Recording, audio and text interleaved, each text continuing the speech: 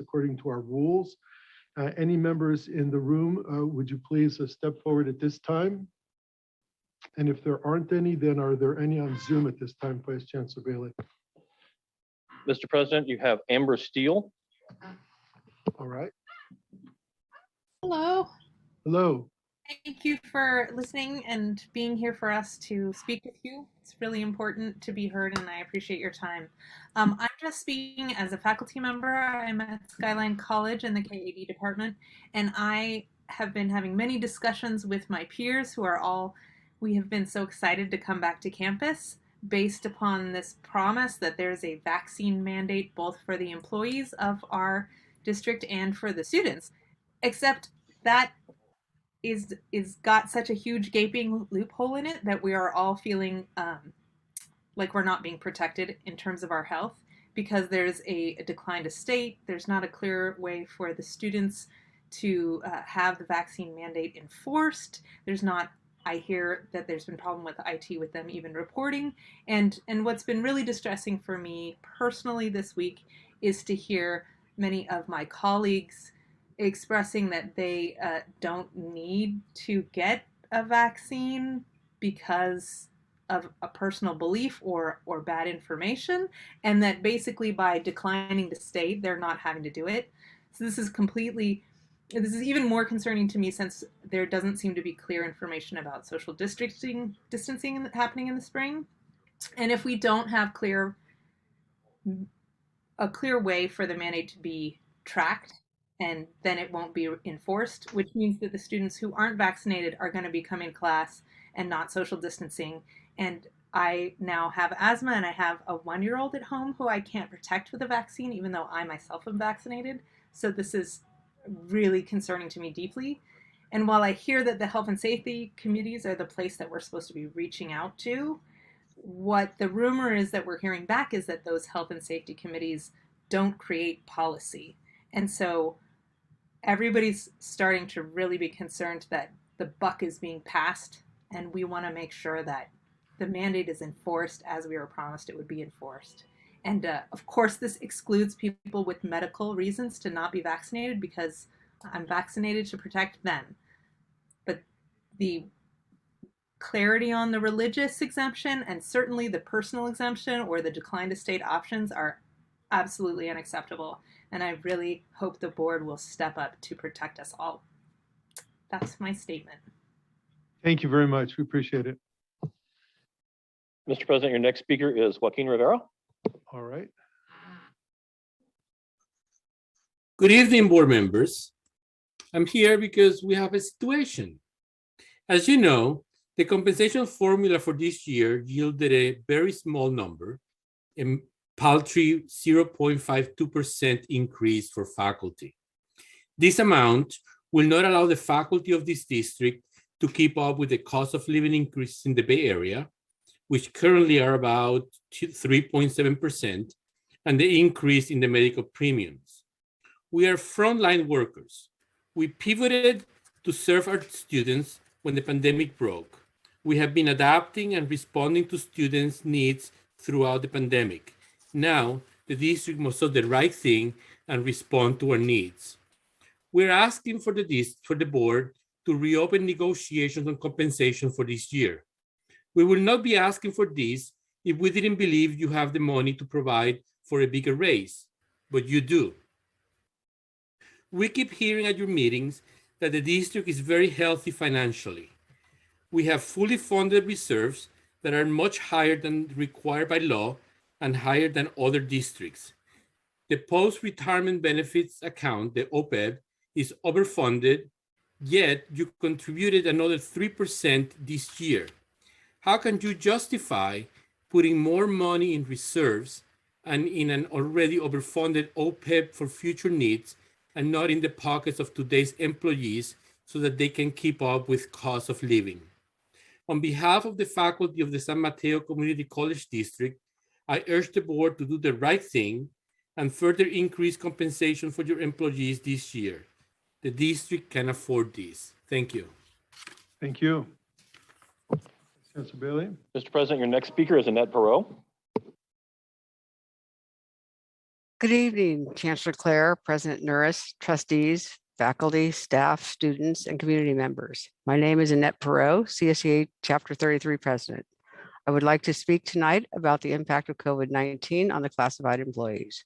Almost everywhere you look, you cannot escape the headlines that tell of the dramatic increases in prices across the board. Items such as food, gas, rent, medical costs have been surging. Inflation has accelerated this year as the global economy recovers from pandemic-driven lockdowns. In the wake of these dramatic increases, we are looking to the district to help.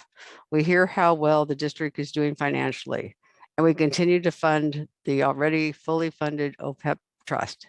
Our members are feeling the pressures of these cost of living increases and other expenses surging all around them and wonder how they will make do with a 0% wage increase. Even Social Security will increase 5.9%, the biggest boost in 40 years.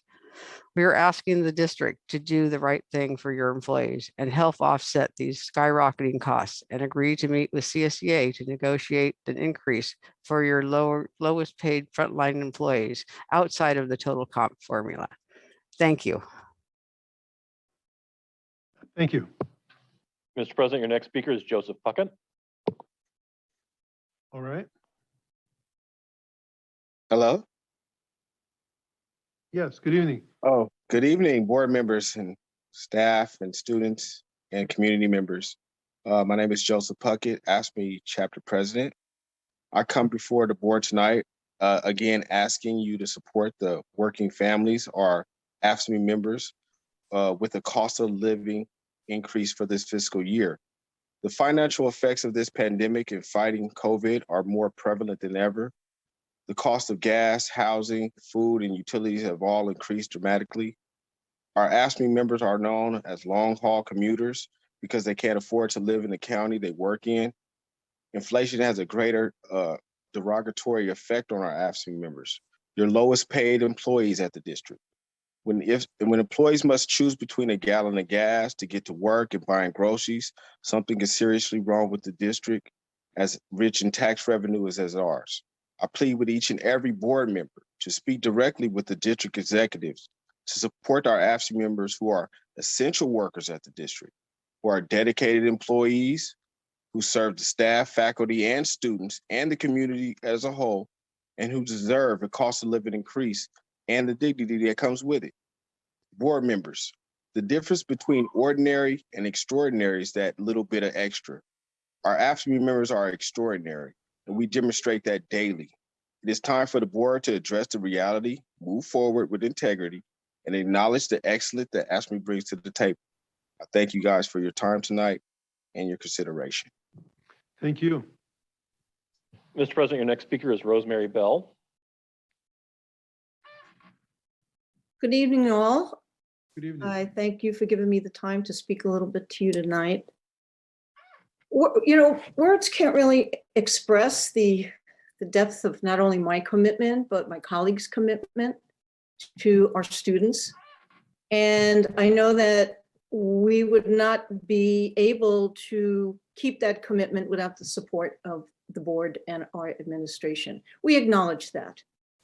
One of the biggest issues, though, that we seem to have is the miscommunication, lack of communication, the non-transparent way that we go about conveying information to those of us who are on the front lines, and this is faculty and staff. I went 2 weeks ago to a health and safety committee meeting. Never been to one before in my life, and frankly, I was a little bit appalled at what I heard, because it seemed that not only were those who were there, was a very large attendant group, whoever was there, that oftentimes we were looked at as, you know, children who were just trying to create maybe more problems than we had. And all we really wanted was some really straight answers. If we're going to ensure a robust enrollment in the spring, and that's what all of us want, we all want to go back to campus.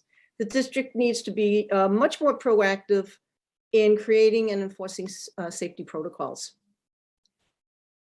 I'm not going to reiterate what Amber said because she was very eloquent in how she said it. I want to give you one example though. A Guardian Scholars student that I have in my history class contacted COVID. She didn't turn in any work. I hadn't heard from her. Finally, the coordinator of the program contacted me and said that the student was requesting more time to finish her assignments. I said, fine, no problem. Student contacts me a week later and says she has COVID. She's been in the hospital twice. She thinks she may have gotten it in the biology lab, working with the close proximity to other students. She didn't report it to anyone on campus because she didn't want to tell anyone, but she shared it with me. I related the story at the last HSE meeting and was told by, I think it was the COVID coordinator, who was Ray Hernandez. He said, send her to me. And if she won't talk to anyone else, how would I be able to send her to our COVID coordinator? I didn't know if he was the contact tracing person or not. These are the kind of issues we're going to face every day. So if we're going to not have the challenges we had in the fall, and you can all probably admit, you will all probably admit, the fall was the rollout was not the best. We need to really strengthen our communication skills. And also, who is making policy for HSE? That was another issue that came up. Thank you very much. Thank you. You're welcome. Mr. President, you have no other speakers at this time. All right. So moving on then in our agenda, the next item is new business.